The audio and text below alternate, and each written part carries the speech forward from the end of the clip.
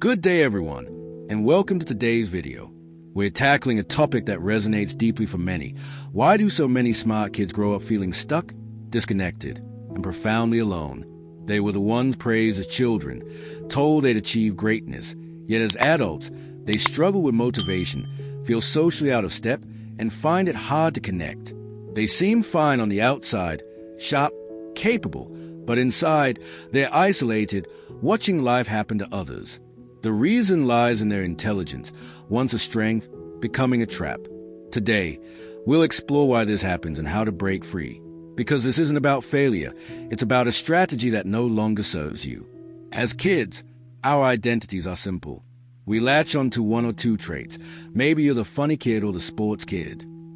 For smart kids, the label "you're smart" becomes their core. Teachers, parents, and friends reinforce it, and it feels great. You ace tests without studying, grasp concepts quickly, and stand out effortlessly. But there's a catch. The praise is often for easy success, not hard work. You're celebrated for quick answers, perfect grades, instant understanding. Over time, you internalize a dangerous belief. If I'm smart, things should be easy.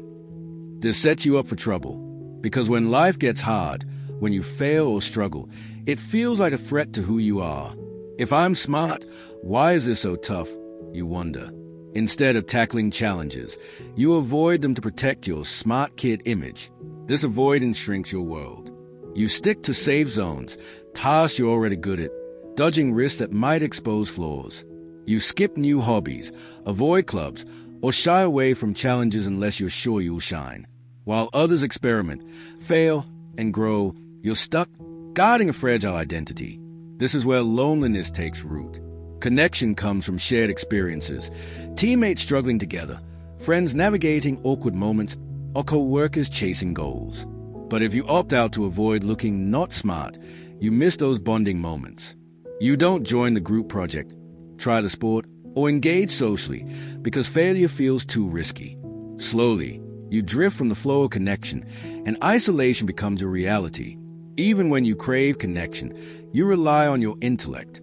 You analyze people instead of relating to them, using cognitive empathy, understanding others logically but not emotionally.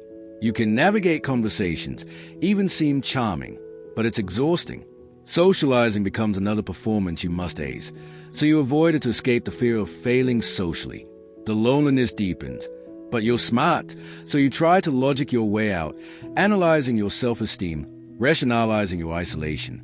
But intelligence can't solve emotional pain. It's a tool for external problems, not self-worth. The question, am I enough, requires an emotional answer, and emotional growth is often what smart kids leave behind. When the loneliness becomes overwhelming, your ego builds a defense.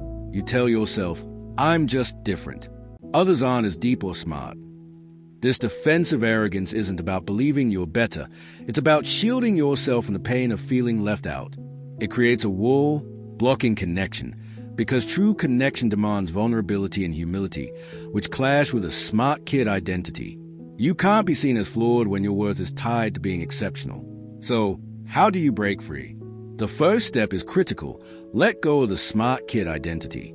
Your intelligence isn't the problem, but basing your self-worth on it is. When your value depends on effortless success, you'll avoid effort and failure, stunting your growth. Instead, build an identity around being open to growth.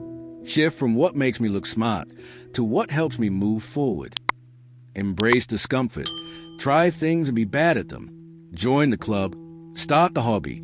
Take the risk, not to excel, but to participate. It's messy and awkward, but it's a path to wholeness. Your value isn't in being special. It's in being human, allowed to be uncertain, to learn slowly, to feel lost, and still keep going. If you feel stuck, numb, or disconnected, if you spent your life trying to be the smartest in the room and don't know how to be anything else, start here.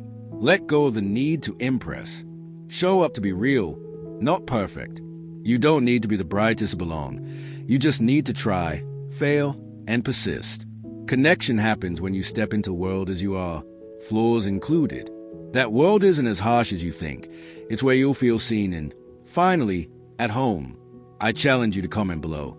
I'm letting go of being the smart kid and choosing to grow.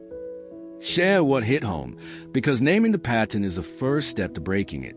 Subscribe to the Let's Talk Psychology podcast for more insights to free your mind. You're not alone, and you don't need to stay stuck.